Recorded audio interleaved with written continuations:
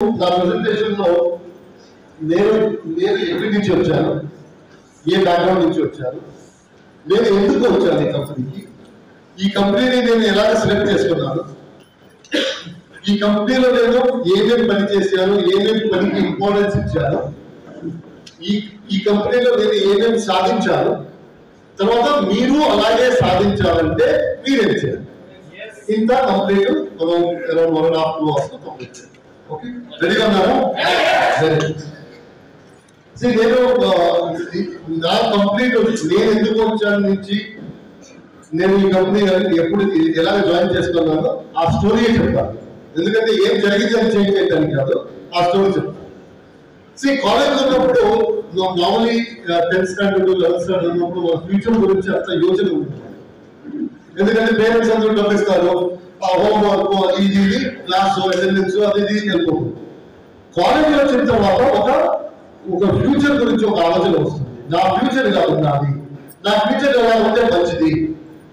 అది ఎక్కడి నుంచి వస్తుందంటే మన సీనియర్ చూసేసి వస్తుంది. వాళ్ళు చాలా మంచి జాబ్ ఉన్నారు, వాళ్ళ రేట్ ఉంది, వాళ్ళ కార్ ఉంది, వాళ్ళ రేట్ ఉంది, అవన్నీ చూసేసి మన ఫ్యూచర్ అలాగే ఉండాలి అని చెప్పేసి మన ఫ్యూచర్ గురించి ఒక ఆలోచన వస్తుంది. అలాగే నేను కాలేజ్ ఉన్నప్పుడు second year BCom, first year BCom, second year BCom ఉన్నప్పుడు స్లోలీ ఆ ఆలోచన స్టార్ట్ అయింది. నా ఫ్యూచర్ ఎలా ఉండాలి, నా ఫ్యూచర్ ఎలా ఉండాలి, నా దగ్గర ఏమేమి ఉండాలి, నేను సక్సెస్ఫుల్ గా ఉండాలంటే మంచి జీవనం చేయాలంటే నా దగ్గర ఏమేమి ఉంటే మంచి జీవనం సాటిస్ఫై అవుతాను అని చెప్పేసి నేను ఇమాజినేషన్ స్టార్ట్ చేశాను. ఆ ఇమాజినేషన్ ఎలా ఉందంటే నా గ్రాడ్యుయేషన్ అయిపోతుంది. నేను కాలేజ్లో నా ఇమాజినేషన్ నా గ్రాడ్యుయేషన్ అయిపోతుంది. గ్రాడ్యుయేషన్ అయిన తర్వాత ఒక జాబ్ అవుతుంది. అది 20,000 రూపీస్ సాలరీ ఉంటుంది. ఫస్ట్ జాబ్ లో 20,000 రూపీస్ సాలరీ అవుతుంది. ఆ జాబ్ లో 1 year పని చేస్తాను. 1 year పని చేసిన తర్వాత సెకండ్ జాబ్ వెళ్తాను. అక్కడ అది 35,000-38,000 పెరుగుతుంది సాలరీ. ఒక 3 years లో నేను జాబ్ చేంజ్ చేసేసి అరౌండ్ 50,000 రూపీస్ సాలరీ అయిపోతాను. 3 లక్షల్లో 50,000 సాలరీ లేదు. ఇప్పుడు చూడటంలో మన సీనియర్స్ ఉన్నారు, అందరూ మంచి జాబ్ లో ఉన్నారు. వాళ్ళు ఏం చేస్తున్నారు,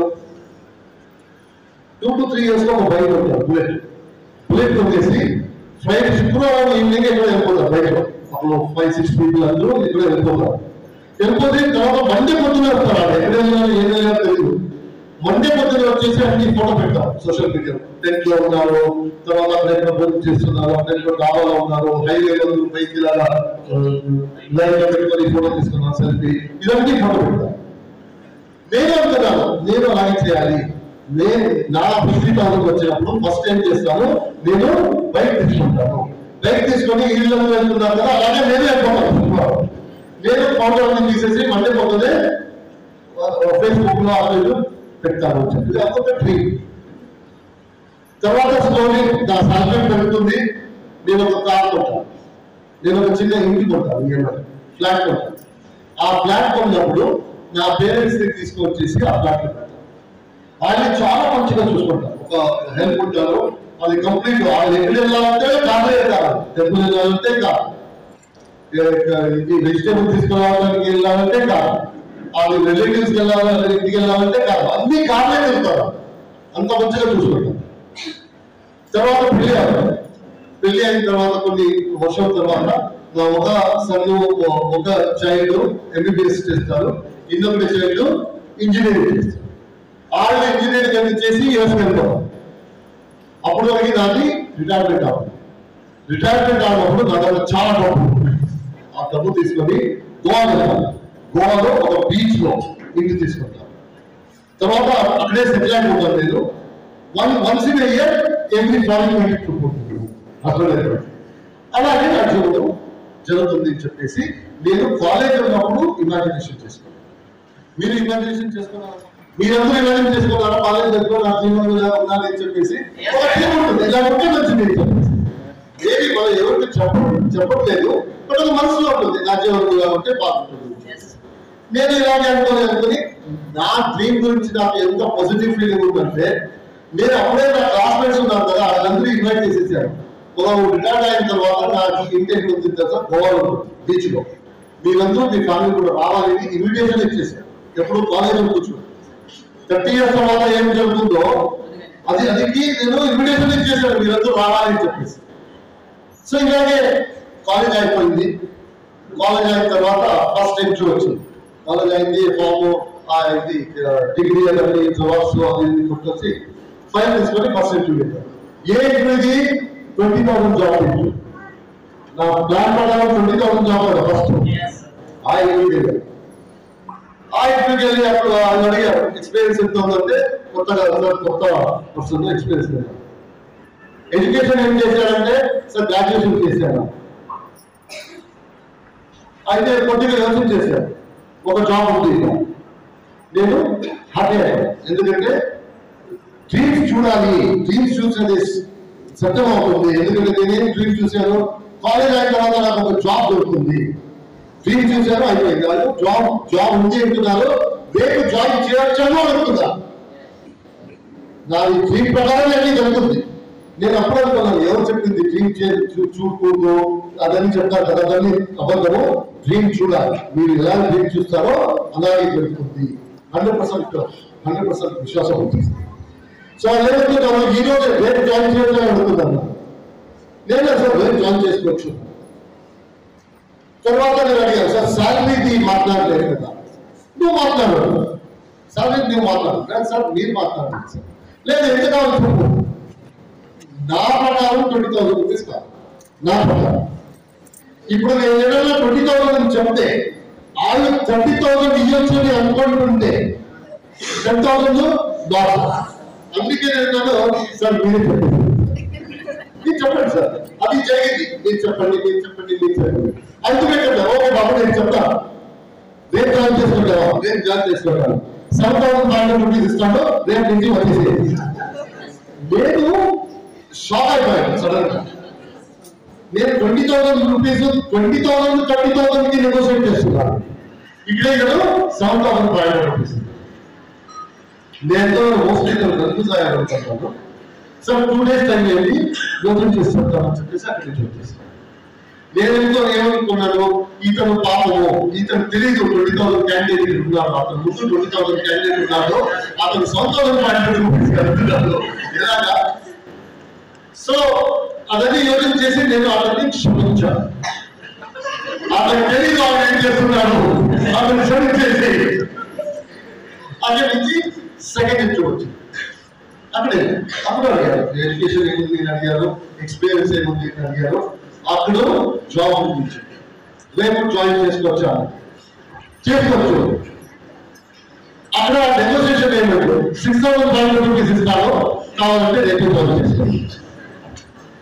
ఎప్పుడు థర్డ్ ఇంటర్వ్యూలో 6,500 రూపీస్ ఆఫర్ చేస్తారో అప్పుడు నాకు తెలిసిపోయింది నా మార్కెట్ వాల్యూ ఎంత ఉంది.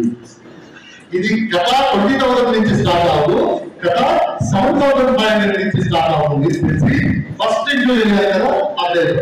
అక్కడ వెళ్ళి సార్ నేను చాలా యోచన చేశాను, ఇక్కడే పని చేయాలి, నాకు నా జీవనం ఇక్కడే స్టార్ట్ చేస్తుంది అని చెప్పేసి అక్కడి నుంచి పని స్టార్ట్ చేశాను. సో ఇప్పుడు నాకు ఆ జోస్ ఉంది కదా, అది కొద్దిగా చాలా లేదు 20,000.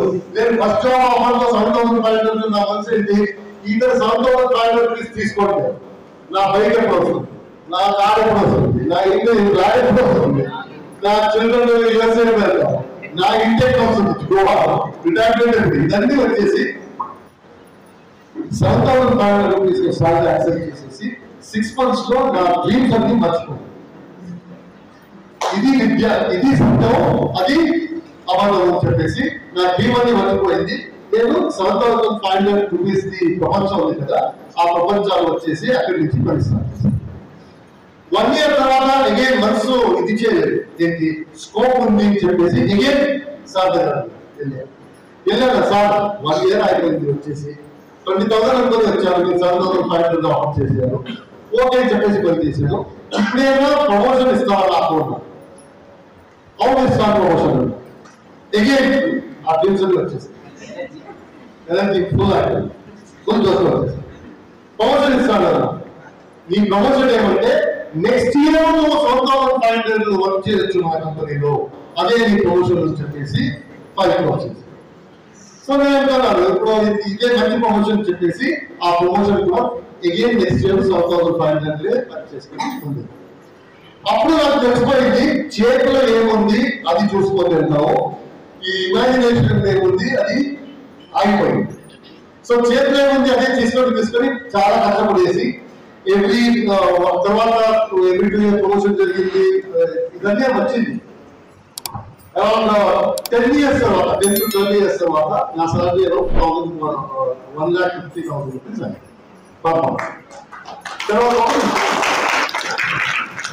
తర్వాత కంపెనీ వాళ్ళు చిల్డ్రన్ ఎడ్యుకేషన్ కి ఫీజ్ కి తప్పించారు. తర్వాత ఫ్యామిలీ ఏదైనా హాలిడే వెళ్తే ఆడికి ఫ్లైట్ తప్పించారు, హోటల్ తప్పించారు, అంతటా ఆడించారు. మాత్రం నాకు 24/7 ఎప్పుడు పిలుస్తారో అక్కడ సండే అయితే సండే వెళ్ళాలి, సాటర్డే అయితే సాటర్డే వెళ్ళాలి, నైట్ కి 2 o'clock వచ్చేసాను ఎస్ సార్ అని చెప్పేసి ఆ పొజిషన్. ఇప్పుడు బయట నుంచి చూస్తే లైఫ్ చాలా బాగుంది, బట్ టెక్నికలీ లైఫ్ లేదా, లైఫ్ బాగుంది బట్ లైఫ్ లేదు. సో నేను అనుకున్నాను మా ఫ్యామిలీ బాగున్నారు కదా, మా ఫ్యామిలీ కొంచెం ఫెసిలిటీ ఉంది కదా అని చెప్పేసి అదే జాబ్ లో కంటిన్యూ చేసుకున్నాను. 24/7 పని చేసుకున్నాను. యానివర్సరీ లేదు, బర్త్డే లేదు. నెక్స్ట్ సండే నేను ఇంట్లో ఉంటానో తెలియదు, నాకు ఎవరు తెలుసు, నా బాస్ తెలుసు. ఆటం నెక్స్ట్ సండే నువ్వు ఇంటికి వెళ్ళొచ్చు అంటే నేను ఇంటికి, లేకపోతే నేను పని. నెక్స్ట్ సాటర్డే నైట్ నువ్వు 12 o'clock నేను ఇంట్లో ఉంటానో నాకు తెలియదు, బాస్ చెప్తారు 12 o'clock నువ్వు ఉంటావా అనేది. సో ఈ పొజిషన్ లో పని చేసుకొని యాజ్ ఐ సెడ్ లైఫ్ బాగుంది, మాత్రం లైఫ్ లేదు.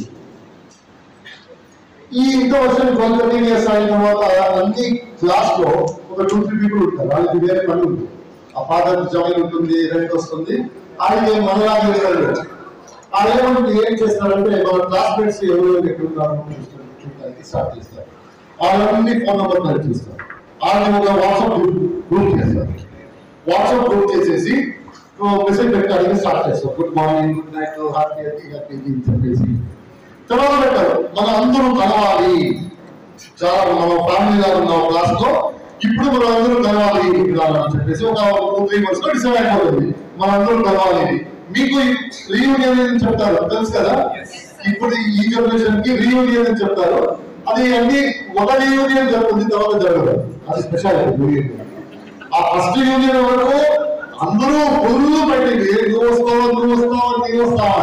ఒక మీటింగ్ అయిన తర్వాత అందరూ వేరే అయిపోతారు. ఒక గ్రూప్ నుంచి 5 group అయిపోతుంది. ఆయా గ్రూప్ చేసుకుంటారు. సో మన గ్రూప్ లో అలాగే జరిగింది. అందరూ వచ్చేసి ఆ నార్మల్లీ రీయూనియన్ ఏమవుతుందంటే కాలేజ్ తర్వాత ఇప్పుడు వరకు నీ లైఫ్ ఏం జరిగింది చెప్పాలి. నువ్వు ఎక్కడ పని చేసావు, చిల్డ్రన్ ఏం చేస్తున్నావు, నువ్వు ఎక్కడ సెట్ అయ్యావు, ఇది కాలేజ్ తర్వాత దొరికిందా లేదా, ఏంటి కంప్లీట్ కథ చెప్పాలి చెప్తాను. నీ గురించి మనకు తెలుసుకోవాలి. అందరూ వచ్చేసి వాళ్ళు కథ చెప్పారు. నేను తర్వాత ఇక్కడ వెళ్ళాను ఏమడిగారంటే నన్ను అందరూ ఏమడిగారంటే ఈ గోవా ఏంటి ఎక్కడ ఉంది, అడ్రస్. నేను ఫస్ట్ ఇన్విటేషన్ ఇచ్చాను కదా, అప్పుడు 25-30 years బ్యాక్. నాకు గోవా ఇంటుంటుంది, మీరు అందరూ రావాలని చెప్పేసి ఆ అడ్రస్ అడుగుతుంది. ఇక్కడ నా ఇంటే లేదు, గోవా కంపెనీ ఇచ్చింది, నా ఇంట్లో. నేనేం చేశానంటే వాళ్ళని అదన్నీ ఉంది. ఇప్పుడు చెప్తాను, 4 నుంచి చెప్తాను. నేను ఈ కంపెనీ చూడు, ఎంత పెద్ద కంపెనీ, ఇక్కడ ఎంత పెద్ద జాబ్ చూడు, నా కార్ చూడు, నా డ్రైవర్ చూడు, నాది చూడు, ఇది చూడు అని చెప్పేసి అన్ని డెవలప్ చేసేసాను. టెక్నికల్ ఏం చెప్పానంటే నేను జాబ్ లో ఉన్నాను, అందుకే ఇంత లగ్జూరియస్ లైఫ్ ఉంది. నా స్టూడెంట్ ఫీజు కంపెనీ ఇస్తుంది, నా మెడికల్ కంపెనీ ఇస్తుంది, నా ట్రావెల్ కంపెనీ ఇస్తుంది, నా ఇంటి కంపెనీ ఇస్తుంది, ఇదన్నీ కంపెనీ ఇస్తుంది. నేను హ్యాపీగా ఉన్నాను. పని ఎక్కువ ఉంది కానీ ఓకే, నా ఫ్యామిలీ హ్యాపీ. ఇదన్నీ ఆయన భోజనం అయింది, ఇదన్నీ అయింది, అందులో వాళ్ళు వెళ్ళిపోయారు. 2 days తర్వాత నా సీనియర్ ఒక అతను నాకు ఫోన్ చేసి ఎందుకంటే నేను అందరూ స్టోరీ ఇవ్వలేదు, ఈ స్టోరీ ఇవ్వలేదు. బట్ నేను ఒక క్వశ్చన్ ఉంది, నీకు ఇప్పుడు అంత కంపెనీ ఇస్తుంది, అంత కంపెనీ ఇస్తుంది. అయితే ఆ కంపెనీ నీ శాలరీ లేకపోతే నీ కంపెనీ నీకు ఆక్సిజన్ లాగా పనిచేస్తుంది. నీ జీవోకి అది ఆప్షన్ లాగా పనిచేస్తుంది. కంపెనీ క్లోజ్ అవుతే లేకపోతే నిన్ను జాబ్ నుంచి తీసేస్తే ఆప్షన్ కట్ అయిపోతుంది. ఆప్షన్ కట్ అయితే నువ్వు ఏం చేస్తావు? డబ్బు సేవింగ్స్ ఉంటా, నా దగ్గర సేవింగ్స్ లేదు, ఎందుకంటే ఎవ్రీ మంత్ డబ్బు వస్తుంది, 1.5 lakh రూపీస్ ఖర్చు పెడతాను, ఇంకేం నెక్స్ట్ మంత్ వస్తుంది, ధైర్యం ఉంది, కంపెనీ ఏమవుతుంది, నా జాబ్ ఏమవుతుంది. ఎందుకంటే లైఫ్ స్టైల్ మన ఫ్యామిలీకి అలవాటు అవుతుంది. చిన్న హోటల్ వెళ్ళడానికి అవ్వదు, చిన్న వాళ్ళకి బ్రాండ్ తీసుకోవడానికి అవ్వదు. సో అంటున్నాడు, నిన్ను జాబ్ నుంచి తీసేసి సపోజ్ ఊళ్ళు తీసేస్తే లేకపోతే కంపెనీ క్లోజ్ అవుతుంది, ఏం చేస్తావు? ప్లాన్ బి ఏమైనా ఉందా? అది లేకపోతే నేను చేసుకోవడానికి ఏమైనా ఉందా? సైడ్ ఏమైనా బిజినెస్ స్టార్ట్ చేసావా? వేరే ఏమైనా ఉందా? ప్రాపర్టీ ఉందా? రేట్ వస్తుంది ఎక్కడి నుంచి అన్నా? అదే రాదు.